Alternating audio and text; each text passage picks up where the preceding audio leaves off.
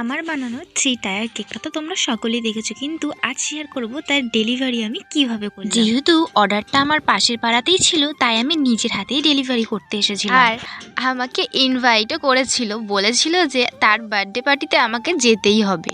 এমনকি পাপান আর আমার ভাইয়েরও ইনভাইট ছিল। তাই তাদের টাইম মতন আমি কেকটা ডেলিভারি করে আমি আবার বাড়িতে চলেই এসেছি। কেকটা অনেকক্ষণ পরে কাটা হবে, তাই জন্য কেকটা আমি ফ্রিজের মধ্যেই রেখে দিয়েছি। আর তাড়াতাড়ি করে বাড়ি চলে গেলাম। পাপান খুব কান্নাকাটি করছিল ওকে নিয়ে আসেনি বলে। তো কেকটা ডেলিভারি করার পর বাড়িতে গিয়ে পাপানকে আবার নিয়ে আসলাম, আর আমার সমস্ত বন্ধুরাও এসেছিল। তারপর পাপানকে নিয়ে আমরা খেতে বসে পড়লাম। পাপান তোমাদের হাই করলে তো তোমরা দেখতেই পেলে। পাপানকে বসিয়েছিলাম আমার পাশে। এমনিতে কোনো অনুষ্ঠানে বাড়ির লোকের সাথে গেলে পাপানকে আগে ধরে তারপর আমি খেয়ে নিই, কিন্তু এখানে যেহেতু ধরার কেউ নেই তাই পাপানকে নিয়ে খেতে বসে পড়েছিলাম। আমি খাচ্ছি, একবার পাপানকে দিচ্ছি। মেনুতে হয়েছিল ভেজিটেবিল ফ্রাইড রাইস আর চিকেন, তারপরে চাটনি পাপড় মিষ্টি। খাওয়া দাওয়া সেরে পাপান একটু ডান্স করছিল, তোমরা দেখে নাও পাপানের ডান্স। বন্ধুরা তোমরা পাপানের দুষ্টুমি দিতে থাকো আর আমার চ্যানেলটিকে সাবস্ক্রাইব করে দাও। সকলকে আজকের মতন টাটা।